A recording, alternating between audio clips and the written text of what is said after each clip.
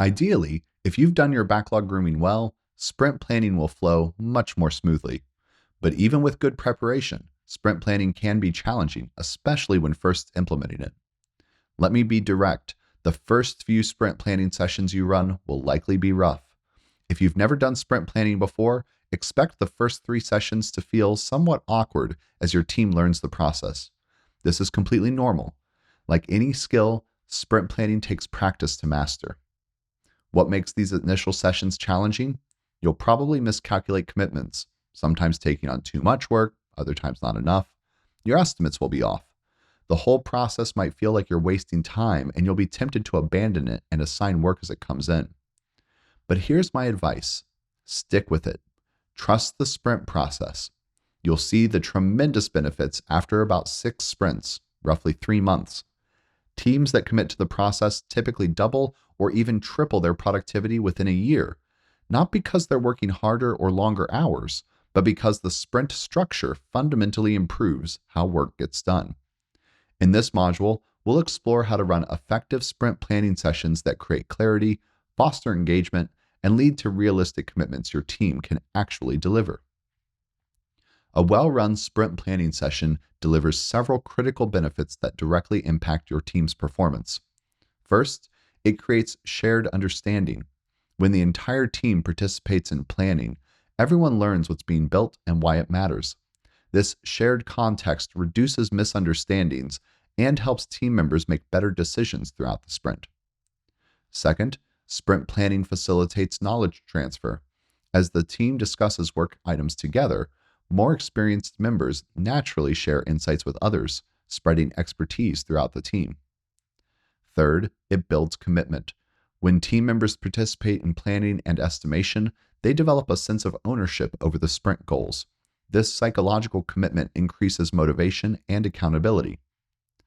Finally, sprint planning provides autonomy within a structure. Once your team commits to delivering specific work by the end of the sprint, they have the freedom to determine how and when they'll complete each task during the sprint. This autonomy is incredibly motivating. People perform better when they control their work process. Research shows that teams with effective sprint planning deliver approximately 40% more business value than teams that plan haphazardly, and they experience significantly lower rates of mid-sprint scope changes. Successful sprint planning begins long before the actual meeting. As a product leader, you need to have done significant preparation. Your product backlog should be refined and prioritized, with the highest value items at the top. Each item needs clear acceptance criteria and any necessary design artifacts. You should understand your team's capacity for the upcoming sprint. Check vacation schedules and any other commitments that might reduce availability. Most importantly, you need to be clear about your sprint goals. What specific business outcomes you're trying to achieve in this sprint, not just what features you want to build. Without this preparation, your sprint planning session will devolve into discussions about requirements rather than planning how to deliver value. That's not sprint planning, it's backlog refinement and should happen before planning begins. Estimation is a critical component of sprint planning, and there are several approaches you might use. In my experience, planning poker with story points based on the Fibonacci sequence has consistently proven most effective. I prefer story points over hour-based estimates because they allow for relative sizing, comparing items against each other rather than trying to predict exact durations. This approach acknowledges the inherent uncertainty in creative work. When we use hours, we tend to be overly precise, creating a false sense of certainty. And frankly, humans are notoriously bad at estimating time, so we shouldn't pretend otherwise. The planning poker process is valuable because it mitigates several cognitive biases that can distort our estimates. When team members estimate independently and reveal their estimates simultaneously, it prevents the anchoring bias that naturally occurs in group settings. Here's how anchoring bias works. If the first person to speak says, "I think this is a 21-point story," that initial number influences everyone else's thinking. Someone who might have estimated it as a 5 will likely adjust upward, perhaps to a 13. They anchor to that first number mentioned. Planning poker elegantly solves this problem by having everyone reveal their estimates simultaneously. What's particularly valuable about this process is what happens when you see significant variations in estimates. Let's say one team member rates a task as a 3, while another rates it as a 21. This difference signals an excellent opportunity for discussion. Often, these discrepancies reveal different understandings of requirements or technical approaches. Perhaps one person knows a shortcut the others don't, or someone is aware of hidden complexity that others have missed. These estimation discussions facilitate important knowledge transfer within your team. Less experienced members learn from veterans. Sometimes newer team members bring fresh perspectives that challenge established assumptions. Over time, this collaborative estimation process helps build a shared understanding that extends beyond the planning session and into the work itself. The Scrum Guide recommends allocating up to 4 hours of planning for a 2-week sprint, but in my experience, I can typically complete it in 2 hours. I can do it more efficiently because of my extensive preparation, having well-defined stories, clear acceptance criteria, and all the necessary design artifacts ready. That said, your team's specific context should determine the exact time needed. If you find you need the entire 4 hours, take it. What I rarely see is teams needing significantly less than 2 hours for a 2-week sprint, though occasionally we might finish 15 minutes early if things go exceptionally smoothly. During the session, I typically spend the first 90 minutes on estimation and the final 30 minutes on sprint composition and assignments. We work through the prioritized backlog from top to bottom, with each item following the same process. I present the story or task, explaining what needs to be done and why it matters. We review acceptance criteria and any design artifacts. I ask if there's anything I could explain better. The team estimates using planning poker, and we assign the final story point value based on team input and my understanding. The way you phrase questions during this process might seem like a minor detail, but it profoundly impacts team dynamics and psychological safety. Never ask, "Does anyone have any questions?" or "Does everyone understand this?" These phrasings put the burden on team members to admit confusion, which many people are reluctant to do. Instead, I always say, "Is there anything I could explain better here?" This subtle shift completely changes the dynamic. It puts the responsibility for clarity on me, rather than making team members feel inadequate for not understanding. Let me be blunt. Your job as a product leader isn't to always look perfect or to be the smartest person in the room. Your job is to deliver value, and you do that by helping your team perform at their best. That means sacrificing your ego and your pride. Phrase things in a way that owns any shortcomings. Give the credit and take the blame. Give your team credit for being smart, and take the blame when things aren't clear enough. When you approach leadership this way, you create space for honest communication that leads to better outcomes. People will ask more questions and point out more potential issues, ultimately resulting in better work and fewer surprises during the sprint. After estimating enough items, you'll move to sprint composition, deciding what goes into the upcoming sprint. This decision should be guided primarily by your team's velocity, the average number of story points they complete per sprint. If your team consistently delivers around 50 points per 2-week sprint, that's roughly what you should plan for the upcoming sprint. However, velocity isn't the only consideration. You also need to think about skill set alignment. Sometimes, a high priority item requires specific expertise that's not available in the current sprint. In such cases, I might delay that item in favor of other high priority work that matches the team's current composition. For example, if your front-end expert is on vacation, you may postpone front-end heavy tasks, even if they're a higher priority. There's no value in assigning work that is likely to stall or be done poorly. It's also important to recognize that not all team members have the same capabilities. In teams I've led, A players might deliver around 21 story points per sprint, while B players might deliver 12 to 14 points. Not everyone on a team is going to be a superstar, and it's essential to be realistic about capacity and setting everyone up for success. When assigning work, I take these differences into account. I might give A players 18 to 20 points and B players 12 to 14 points.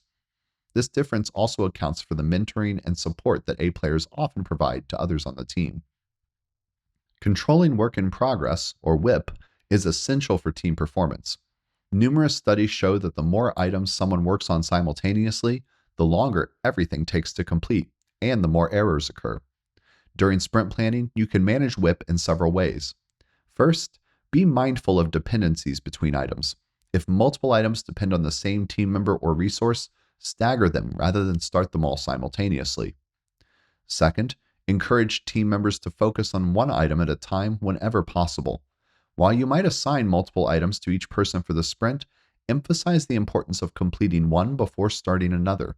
This focus reduces context switching costs and leads to faster completion of tasks. Third, consider implementing team-level WIP limits throughout your process. For example, you might set a rule limiting the number of items in your board's in progress column at any given time.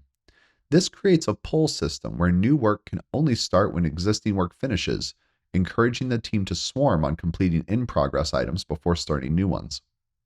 By managing WIP effectively, you help your team maintain focus and reduce the cognitive cost of context switching, which research shows can reduce productivity by up to 40%. When items don't get completed in a sprint, which happens even with the best teams, they need to roll over to the next sprint. How you handle this rolled over work during planning is important. My recommendation is not to update story point totals for partially completed work. If a 13-point story wasn't finished in the previous sprint, don't reduce it to a 3-point story for the new sprint just because it's mostly done. Instead, keep the original point value. This approach maintains the integrity of your velocity metrics. The story contributed nothing to the previous sprint's velocity since it wasn't completed, and it will count fully in the sprint where it's finally delivered. One reality about story points is that teams inevitably start to associate them with time. This is natural and happens with every team I've worked with. You might hear things like, well, 1 point is around a day, or 5 points is around a week. That's fine as a rough mental model, but remember that the relationship becomes less precise with larger estimates. A 5-point story might be plus or minus 2 days. It might take 3 or 7 days. The larger the point value, the greater the uncertainty. When planning capacity for rolled over work, you should mentally adjust for the remaining work while keeping the original story point value. If that 13-point story only has about a day of work left, you can mentally count it as a 1 or 2 when assigning other work to that team member, even though it will still count as 13 points toward your velocity when completed. Over time, your velocity metrics will average out, and this approach helps it maintain consistency and usefulness as a planning tool. Despite careful planning, teams sometimes discover they've overcommitted during a sprint. When this happens, you need clear strategies to adjust without completely disrupting the sprint. First, use daily stand-ups to identify potential overcommitment early. If little progress has been made on multiple items by the middle of the first week, that's a warning sign that requires attention. Second, when overcommitment becomes apparent, prioritize ruthlessly. Work with the team to identify which teams are most critical to the sprint goal and focus on completing those first. Delivering a few items is better than having many items partially done. Third, consider scope reduction rather than carrying everything over. Can acceptance criteria be adjusted to deliver the core value while deferring some enhancements to a future sprint? The key is to make these adjustments transparently and collaboratively. Involve the team in deciding what to prioritize or descope, and communicate changes clearly to stakeholders. Remember that occasional overcommitment is part of the learning process. Use retrospectives to analyze what happened and improve future estimations. Sprint planning should improve over time if you pay attention to patterns and make adjustments. After each sprint and planning session, reflect on questions like, which stories were estimated accurately? Which weren't? What patterns do you see? Were there unexpected obstacles that emerged during the sprint? How could you identify these earlier? Did the team have the right skills and knowledge to complete the work as planned? And how did the team's actual capacity compare to what you anticipated? This continuous learning process is essential. A Stanford study found that teams who regularly evaluated and adjusted their planning process improved their estimation accuracy by 30% over 6 months. Document reference stories for future estimation. A story that everyone agreed was a 3, a story that was a 5, and so on. These reference points help calibrate future estimations and onboard new team members to your team's scale. Let's wrap up what we've covered in this module. Sprint planning is a critical activity that creates the foundation for successful sprints. When done well, it ensures that the team has a shared understanding of what needs to be built and why. Work is estimated consistently, taking into account the team's historical performance. Commitments are realistic and aligned with available skills and capacity, and everyone leaves with clarity about what they'll be working on. Remember, effective sprint planning won't happen overnight. It takes practice and iteration. Your first few sessions might feel awkward or inefficient, but stick with it. The long-term benefits, increased productivity, improved quality, and higher team morale, are worth the initial learning curve. My ideal scenario is for team members to finish all their sprint work a day early, giving them that last day for professional development or getting ahead. But even finishing precisely on time is excellent. What you want to avoid is consistently having work roll over, which is demoralizing and reduces productivity over time. If you find your team consistently overcommitting or undercommitting, use that information to improve your process. Adjust how you communicate requirements, how you estimate, or how you assign work. Our next module will explore how to run effective daily stand-ups that keep your sprint on track without wasting time. But before we move on, consider how you might apply the principles we've discussed to improve your next sprint planning session. What one change could you make that would have the most significant impact on your team's planning effectiveness?